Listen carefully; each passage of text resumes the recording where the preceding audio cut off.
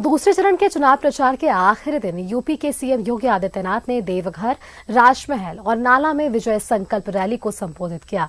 इस दौरान बांग्लादेशी घुसपैठ, खनन माफिया, करप्शन को लेकर हेमंत सरकार पर उन्होंने प्रहार किया है। रिपोर्ट के जरिए समझिए।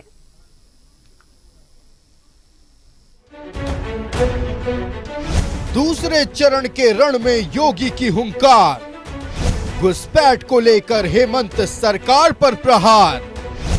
जाति के नाम पर बंटना नहीं, एक रहेंगे, सेफ रहेंगे। जाति के नाम पे बंटना नहीं है, हमें तो एक रहना है, सेफ रहना है। एक रहेंगे, सेफ रहेंगे।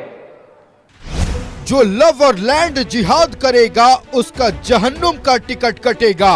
भारतीय जनता पार्टी की डबल इंजन सरकार जहां जहां भी है, वहां न लव जिहाद हो सकता है, न लैंड जिहाद हो सकता है। और अगर कोई करने का दुस्साहस करता है तो मान करके चलिए कि जो भी लव जिहाद और लैंड जिहाद करेगा, मान करके चाहिए कि उसने जहन्नुम का अपना टिकट काटना है। दूसरे चरण के चुनाव प्रचार के आखिरी दिन उत्तर प्रदेश के मुख्यमंत्री योगी आदित्यनाथ ने 3 विजय संकल्प सभा को संबोधित किया। देवघर के केकेएन स्टेडियम में बीजेपी प्रत्याशी नारायण दास के समर्थन में सभा को संबोधित किया।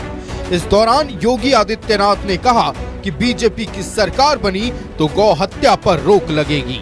यही नहीं, करप्शन को लेकर हेमंत सरकार पर प्रहार किया और कहा कि जो धरती माता को अपवित्र करेगा वो जहन्नुम की यात्रा के लिए तैयार रहेगा। धरती माता को कोई अपवित्र नहीं कर सकता, कोई नहीं कर सकता, और करेगा तो जहन्नुम की यात्रा के लिए भी तैयारी करेगा। नाला में भी विजय संकल्प रैली में योगी आदित्यनाथ ने हुंकार भरी। उन्होंने कहा कि हेमंत राज में बालू और खनिज का अवैध खनन हो रहा है, माफिया झारखंड को खोखला बना रहे हैं। करीब एक टोली बालू के लिए तरसता है, लेकिन खनन माफिया और बालू माफिया पूरे झारखंड को खोखला बना रहे हैं। राजमहल में बीजेपी प्रत्याशी अनंत ओझा के समर्थन में योगी ने सभा की। इस दौरान बांग्लादेशी घुसपैठ को लेकर राज्य सरकार पर प्रहार किया। योगी आदित्यनाथ ने कहा कि बीजेपी की सरकार बनने के साथ ही बांग्लादेशी घुसपैठियों को चुन चुन कर बाहर निकाला जाएगा। जैसे ही सरकार बनेगी, एक तरफ इन घुसपैठियों को लात मार करके बाहर करने का काम करेंगे और दूसरी तरफ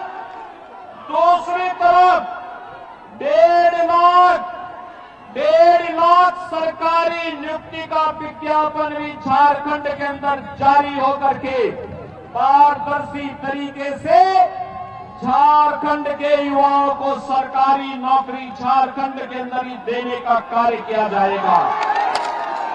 दूसरे चरण में संथाल की सभी 18 सीटों पर 20 नवंबर को वोटिंग होगी। अब की बार जेएमएम का किला ध्वस्त करने की बीजेपी की कोशिश है। Bureau report, news 11 Bharat.